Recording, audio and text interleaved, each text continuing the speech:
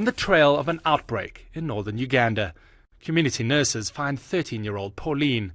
She's still in her uniform, but hasn't been to school in years. When she gets this problem, her brain is not all that settled.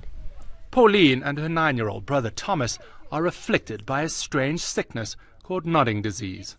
It gets its name from nodding-like symptoms that kick off epileptic-type seizures. Pauline's personality has changed greatly from before, says Grace. She was normal when they were born. But then the children got this sickness. Now the children aren't normal. They move around with no purpose. This is such a problem for us. When Grace leaves the homestead, her children often wander off.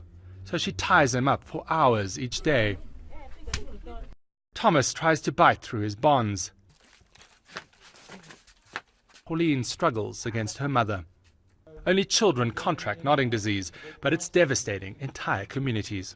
Everything's being affected. Yeah. Everyone is affected. In the household, everyone is affected. If you look at it from the household, the parents, the children, in the larger community setting, probably the whole community is also suffering, understanding why them at this particular time.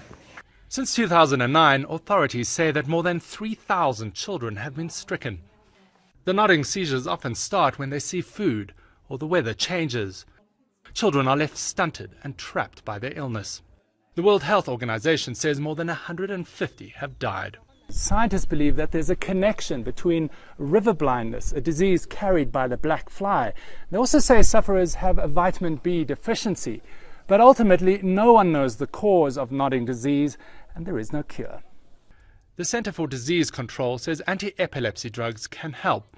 And while the CDC says it isn't contagious, children like Francis, now crippled, are stuck at home.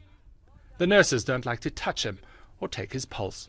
I don't know what causes it, and I don't know even how it transmits. At times even I find myself, when I touch them, I feel maybe even I can also get the infection, because I don't know what causes it. Communities in northern Uganda are getting desperate for help. Earlier in March, one local politician took 25 sick children from the north to the main hospital in Kampala. The seizures have been slowed by drugs, diet and routine, but the children are still not getting any better. The ravages of nodding disease robbing them of a future. Dave Mackenzie, CNN, Uganda.